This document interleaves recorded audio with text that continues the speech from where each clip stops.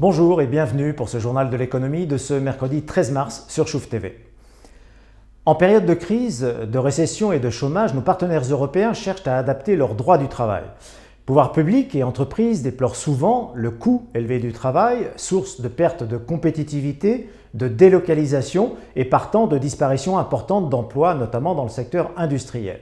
Le Maroc n'échappe pas à cette réflexion. Jamel Belarache, le président de la commission emploi et relations sociales à la CGEM, relève ainsi que les ingrédients de la compétitivité ne sont pas réunis actuellement au Maroc, alors que le pays doit faire face à un déficit budgétaire important, un taux de chômage croissant, notamment chez les jeunes, et une croissance en fort repli qui ne permettent plus de créer de l'emploi.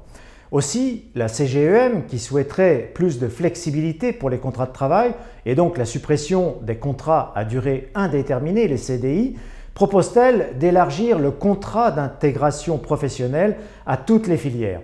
Un contrat réservé à quelques filières jusqu'à présent, mais qui a montré ses limites au bénéfice des seules personnes difficilement insérables.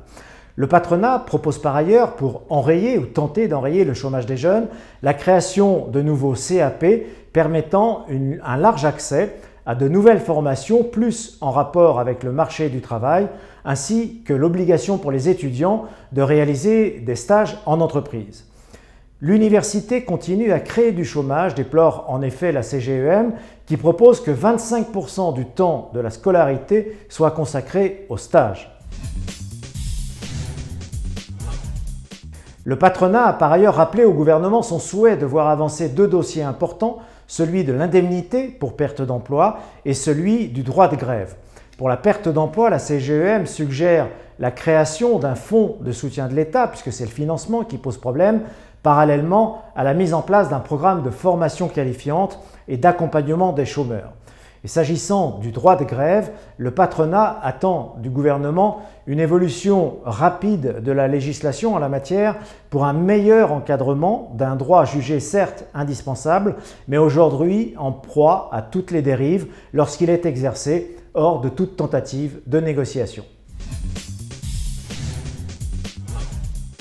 Les transporteurs routiers vont-ils bloquer l'économie nationale en mettant à exécution leurs menaces de grève ? La question est aujourd'hui bel et bien posée alors que les négociations sur la réforme du secteur semblent au point mort entre gouvernement et professionnels. Toutes les commissions techniques chargées d'examiner les principaux points de désaccord entre ces pouvoirs publics et les transporteurs routiers ont cessé le travail. Le dialogue ouvert au lendemain de la grève de décembre dernier ressemble pour les professionnels à une sorte de dialogue en trompe-l'œil destiné à gagner du temps. Le secteur souffre en effet tout à la fois d'une totale atomisation avec de trop petites entreprises en trop grand nombre et de la concurrence déloyale de l'informel qui dépasserait les 40%. Une récente étude confirme ainsi que le secteur demeure peu compétitif en raison de la vétusté de son parc et de ses insuffisances criantes en matière de gestion face notamment aux grands transporteurs internationaux. À noter que les transporteurs routiers souhaitent également la mise en place, eux aussi, d'une couverture sociale par la CNSS. Pour l'heure, et avant une éventuelle grève nationale, les professionnels annoncent la tenue de sit-in devant le ministère de tutelle et le Parlement s'ils ne sont pas entendus. La déroute de la société Diak Salaf et ses difficultés à trouver un repreneur viennent confirmer la fragilité des sociétés de crédit. Hier flamboyantes, avec une croissance souvent à deux chiffres, ces sociétés spécialisées, notamment dans le crédit à la consommation, se trouvent confrontées tout à la fois aux effets de la crise qui accroît leurs risques et à une concurrence accrue, notamment de la part des réseaux bancaires et de leurs satellites. En 10 ans, leur nombre a été divisé par 2, preuve d'une importante restructuration du secteur. Dans ce paysage, les plus petites de ces sociétés souffrent autant d'une raréfaction de liquidités qui freine la distribution de crédit que de risques liés aux impayés de la part des clients consommateurs devenus insolvables. Beaucoup d'opérateurs estiment aujourd'hui que le nombre d'acteurs va aller diminuant, ce qui n'est pas forcément une bonne nouvelle pour les consommateurs confrontés à la domination de quelques grandes sociétés tentées d'imposer plus aisément leurs conditions. Faut-il continuer à travailler avec l'Office national de l'eau et de l'électricité?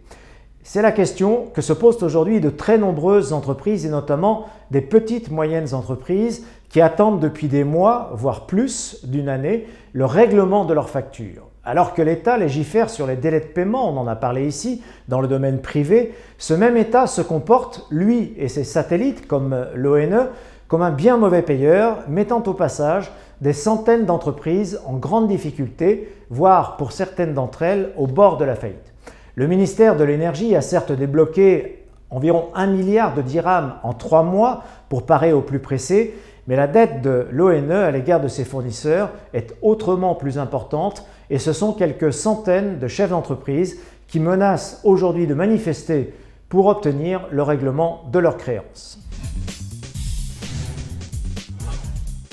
Acteur majeur du secteur de l'assurance, CNIA Saada a réalisé de belles performances l'an passé.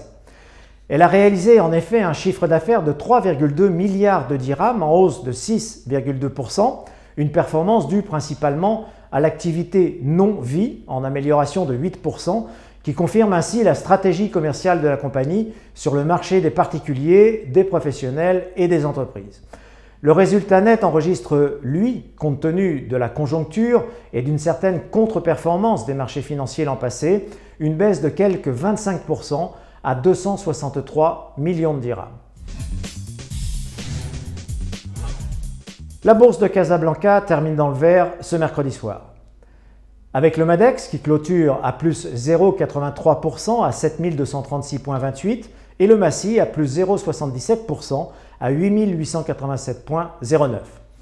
À noter les bonnes performances de IB Maroc qui poursuit sa progression avec une hausse de près de 6% à 124 dirhams 65 et de Delattre le Vivier Maroc en hausse de 5,96% à 327 dirhams 85. Dans les contre-performances du jour, on note le nouveau recul de Diak Salaf réservé à la baisse et qui clôture à 10% à 29 dirhams 16 et de Maroc Leasing en baisse de 5,97% à 357 dirhams 30. Bonsoir et à demain pour un nouveau journal de l'économie sur Chouf TV.